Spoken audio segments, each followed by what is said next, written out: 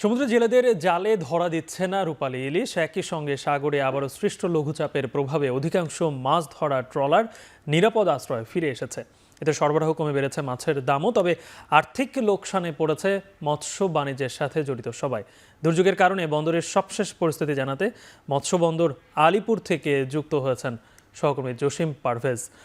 পারভেজ, সাগরে মাছের সরবরাহ কম কেন, আর এ নিয়ে আসলে কি ধরনের প্রভাব এই মৎস্য বন্দরে পড়ছে?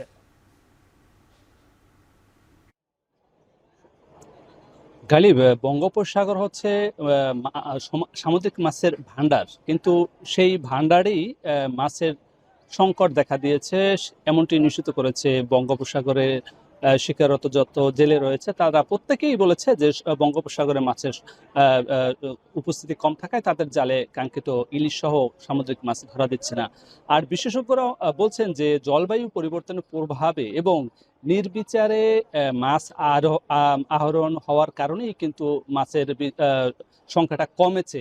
এবং কেউ কেউ বলছেন যে বঙ্গোপসাগরে, গভীর বঙ্গোপসাগর যে ইলিশ সহ অন্যান্য মাছের যে আবাস স্থল বা আশ্রয়স্থল, সেটি কিন্তু নষ্ট হওয়ার কারণেই ইলিশের সংখ্যাটা কমছে, এমনটি তারা দাবি করছে।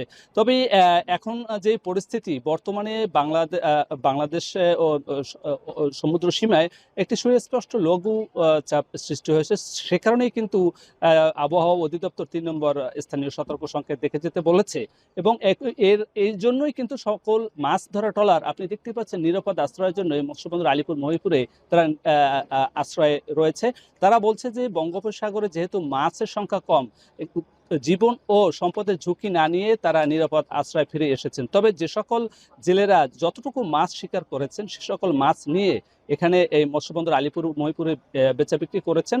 যৎসামান্য বেচা বিক্রি হয়েছে। এতে এখানে জ্বালানি এবং মুদি মনোহারি বাজার শেষে বিভিন্ন জায়গায় তাদের যেটুকু বিক্রি হয়েছে সে টাকা ভাগ বন্টন করে ভাগ শেষে তাদের পকেটে শূন্য কোঠায় দাঁড়িয়েছে, এমনটি জানিয়েছে আমাদের এখানকার ট্রলার মালিক এবং মৎস্য ব্যবসায়ীরা। তবে তাদের প্রত্যাশা দুর্যোগ কেটে গেলে সমুদ্রে মাছের দেখা মিলবে এবং তাদের যে এখন যে লোকসান, শত কোটি টাকা লোকসান, সেই ঘানি কিছুটা কমাতে পারবে, এমনটি প্রত্যাশা তাদের। গালিব। যুক্ত ছিলেন সহকর্মী জসিম পারভেজ।